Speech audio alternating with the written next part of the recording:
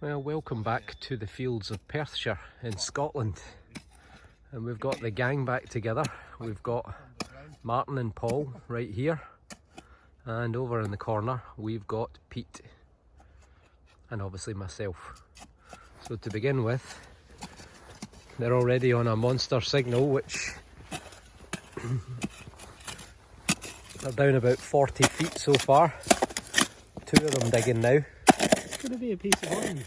So apparently it's scoring an 80 on the AT, the Garrett AT Pro International. Oh, There it is there. good on. Copper piping by the looks of it. What a great big bronze axe head or spear. So It's iron. let's see what they get. The rust's starting to come up. So we're down about 2 feet, and it looks like we've got a Ford Cortina, but we're not certain. Are you going to carry on digging, or are you giving up? I'm too intrigued now. Right, they're going to go for it, so I'll find out later on what they've got. So that's the hole that they were digging. They've filled it back in, put a potato on top as a marker, and they've left whatever it is in the ground. But I literally walked a few feet, got a rough signal, dug it up, and got my first coin. And it looks like a spendable. I think it's going to be a 20 pence. And indeed it is. Elizabeth II, spendable 20p. On the back, 1982, 20 pence. So, it's a coin, but it's not particularly old, but it shows you people are still losing coins in fields. We're close to the old firing range, and Martyn has got a piece of a hand grenade. This is part of the timing mechanism for a Mills hand grenade. You either find these parts or you find the base, it's like a screw cap. So that dates to probably around the 1930s, 1940s. And Martyn's in with another find, which is a little musket ball or a little pistol shot. So that's probably going to date to sometime 1600s, 1700s. You can see it's clearly hit something, a bit disfigured, but still it's a good find, a good sign. So Martyn got himself what might actually be an old relic. What do you reckon to this? It's a buckle, broken, but the other side is very nicely decorated. What do you make of that? And right in the centre is a little face. So what do you think of that?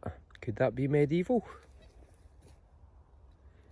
I'm not sure, but either way it is a really nice looking thing. What a shame it's not whole, but maybe he'll find the rest of it. So Marty's on fire. First 5 minutes. Having dug up a Ford Cortina, he's now on to more good stuff. A little lead seal. It's not a Russian one, it's in English. Can't really make anything out on that side. However, on this side, in the middle, it says whites, and at the top, I think that says Baltic, and at the bottom, I think it says flower. White's Baltic flower. Strange one. I'm going to guess probably sometime in the 1800s. If you know, let us know. So after my 20 pence, a nice wee sound here.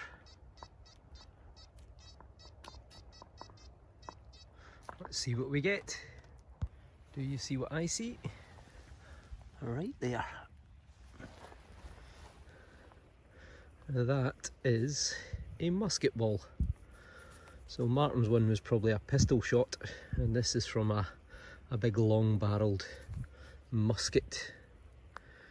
I'm guessing it's probably 1700s, probably 1800s in date. Kind of went out of use around the 1850s. So another good sign of some good history. So this signal wasn't even good, so I was quite surprised to see this. But I suspect It was probably on its edge, just giving a really faint signal. Glad I dug it now. And we've definitely got our first old coin. So it is George V. Seems to be the man of the moment in these fields. He's always the one that we turn up. I think it's going to be in okay condition. Probably date to sometime around the First World War, into the 1920s possibly. So we'll give it a clean, a wee rub-a-dub on the trousers and see what happens. A little bit pitted, a little bit corroded, but not too bad. George V, by the grace of God, King of the Britons, Defender of the Faith, Emperor of India. And on the back, 1 penny, 1917. So towards the end of World War I. So this one was practically on the surface, and it is, despite looking slightly coin-like, it's a button. You can see the raised part in the centre there where the loop would have been attached. It's a specific kind of button called a dandy button. These date to the mid to late 1700s through into the early 1800s. And it's because men, young men of that period, I suppose today you would call them metrosexuals, they liked to dress up, and they wore these jackets and waistcoats with these oversized buttons that were often gilded and decorated, and they became known as the dandy boys, and they wore jackets with dandy buttons. So I've not even gone 2 feet and I've got another one. This is another dandy button. Again damaged because they're very thin and they're quite large, so the plough obviously catches them between stones and things and can quite easily bend them. See the loop in the middle there where it was attached. This one, just little traces of gold gilding on the outside edge, but otherwise I can't see any obvious decoration. Another one for me, and I think we've got another lead seal. Almost looks like I can see a crown there, maybe, but maybe that's my eyes playing tricks on me. On the other side, might have a shield. Yeah, we do. There's a shield there. Maybe a dragon or something. Might be Dutch or Flemish. Let's give it a wee clean up and see. So this is even better than I expected. You can just make out a crown at the top, and it looks like possibly a 2 and a 0 there.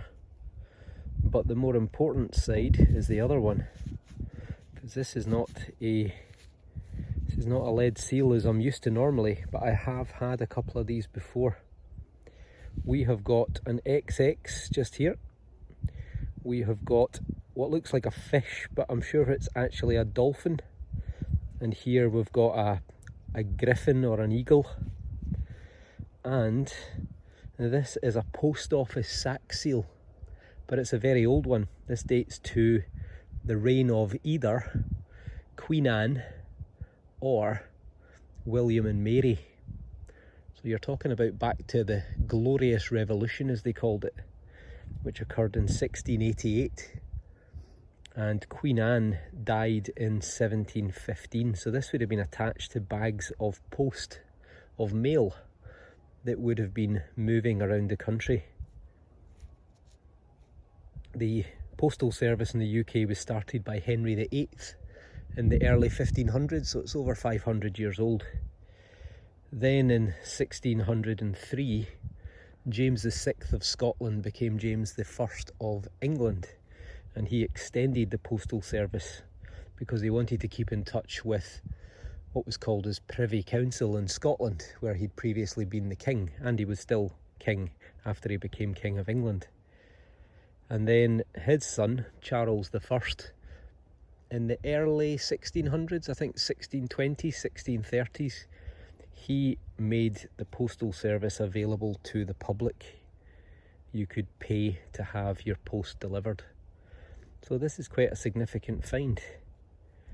As I say, I think I've had 2 of these before, but I would say this is probably the one that's in the best of condition, and I'm sure it will clean up much better when I get home.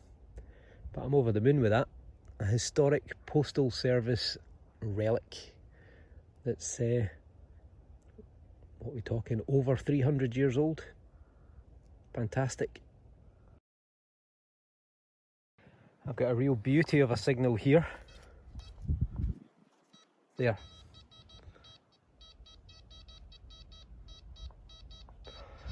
Sounds like a coin all day long. Let's see what we get. So, are we out the hole? Yes, we are. Doesn't sound quite so good now though. Right.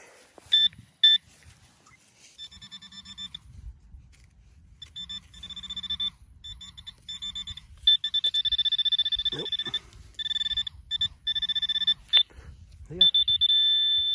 There. Oh ho! Shush you. Do you see what I see? That maybe, definitely, that is definitely a coin. And there we are. 1 penny. It's going to be George V again. Surprise, surprise. He is without doubt the most popular man to be lost in this field.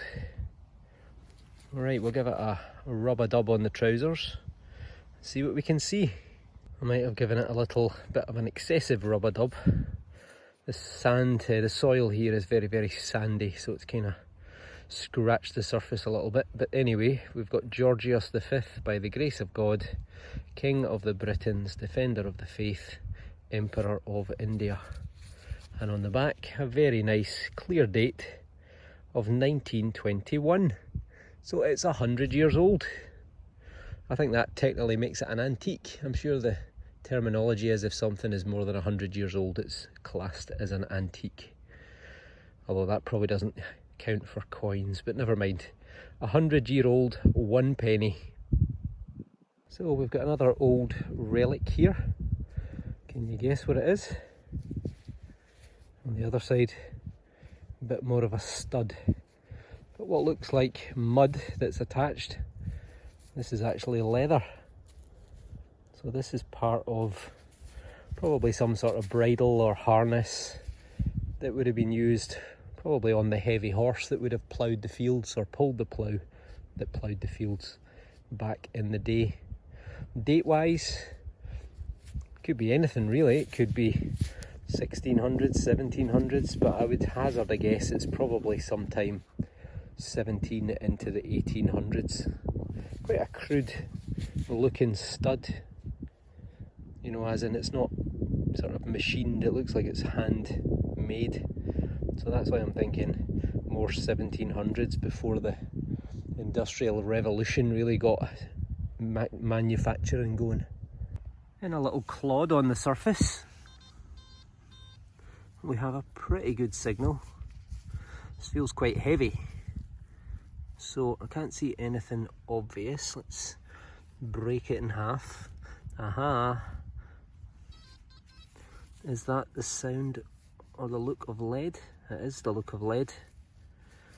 And I think we have got a Russian lead seal. Ta-da! Under the mud, I can already see some writing. Looks very similar to the design that we've had before. So we'll give it a wee rub-a-dub, and a gentler one than last time, and see what we get. So from under the mud, here's what we end up with. And with Russian, I can never tell which way it should go. I think probably that way. But it's a flax seal, would have been attached to bales of flax that came over to Scotland from Russia, from the Ukraine, from Latvia, Estonia, you name it, came from all over. And it was then milled into linen. And these little lead seals would have been attached, almost like import seals and also quality control seals. The date is a 1 and 8, and then I think it looks like it's been a 5, so 1850 something. So just got a button, which when I saw it, it looked like it was going to be a hammered coin, and it turns out to be a button. It's got some writing, make something our something. No idea. However, Martyn has just FaceTimed me. He's about 200 metres away from me just now, and he's FaceTimed me to show me what looks like an incredible looking silver item. It could be medieval, could be even older than medieval, it's hard to say, but it looks like it's going to be a cracker. So stay tuned to see that. So just heading over to see Martyn. Halfway here I meet Pete, and here's Pete's 4 best finds.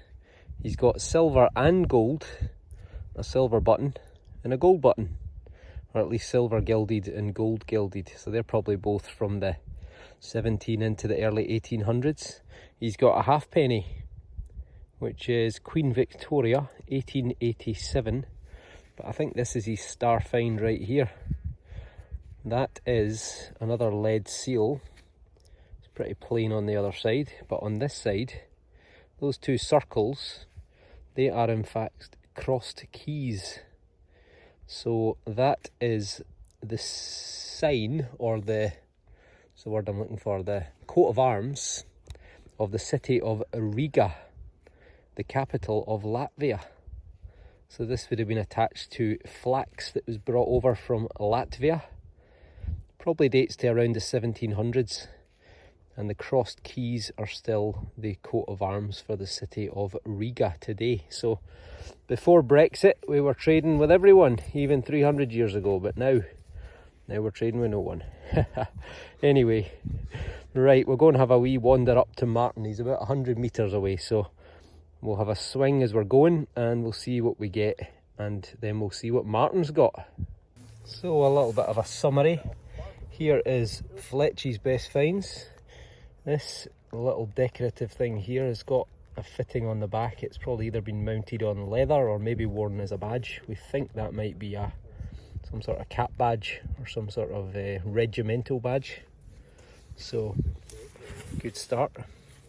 Then he's got a Georgius VI, so the Queen Elizabeth II's father. It's a ship's halfpenny, and it's 1940 something. 1940 something. And then, going a bit older, looks like a halfpenny, and it looks like George III. So that's going to be 1760 through to 1820, but because it's made of copper, they don't survive very well in the ground. But then he's got an even older coin. I believe that this is a Turner. Sorry, not a Turner, a Bobbie. A Bobbie, which would be 6 pence. I think there would have been a thistle in the centre there, and around the edge it would have said Nemo me impune lacessit, who dare meddle with me. So this would date to either Charles I or Charles II, which is what, 1620s through to 1680s, thereabouts, give or take, with Cromwell in between and the Commonwealth. And then he got a couple of little buttons similar to the one I got. Don't see any clear writing, but there's definitely been some around this one, so that might clean up and give you a wee maker. So well done, Paul. Not bad going at all. Right, let's go and see what Martyn got. So here's Martyn's better finds. He's got a little pistol shot from a dag, a little Scottish pistol, and then its big sister off of a musket. Imagine that travelling at 800 feet per second, smacking you. A big buckle from a horse. He's got his little lead seal, which is White's Baltic flower, apparently. Then he's got a George VI again. Looks like another ship's halfpenny. Seen better days though. Oh, it's there. There is a bit of a date at the bottom, but struggle to read it. Now I can't see which way's up. There we go. 1943 ship's halfpenny. Then he's got a little one of these tomback buttons, these sort of silvered or tinned, that you make you think you've got a hammered coin when you dig them up, and it turns out to be a button. Then he's got another similar one to me, like a little dandy button. Again, probably 17 into the early 1800s. But his star finds of the day are these two items, both of which could be medieval. This buckle here has really got me intrigued. I'm sure I've seen something similar in a book, so I'm going to have to research that when I get home, but that could be, to me, that could be medieval. Looks like it's maybe even been silvered. It's got a little bit of a sort of flash to it in places. However, he has got a bit of silver in the form of this. On the back it is fairly smooth. On this side it is highly decorated, but it's the kind of decoration that looks like it's been hand punched. To me that shouts medieval all over. It's got what looks like a cross at the top, some sort of cross or cruciform decoration, and then it's got all these lines and dots and dashes and then this square effect towards the bottom.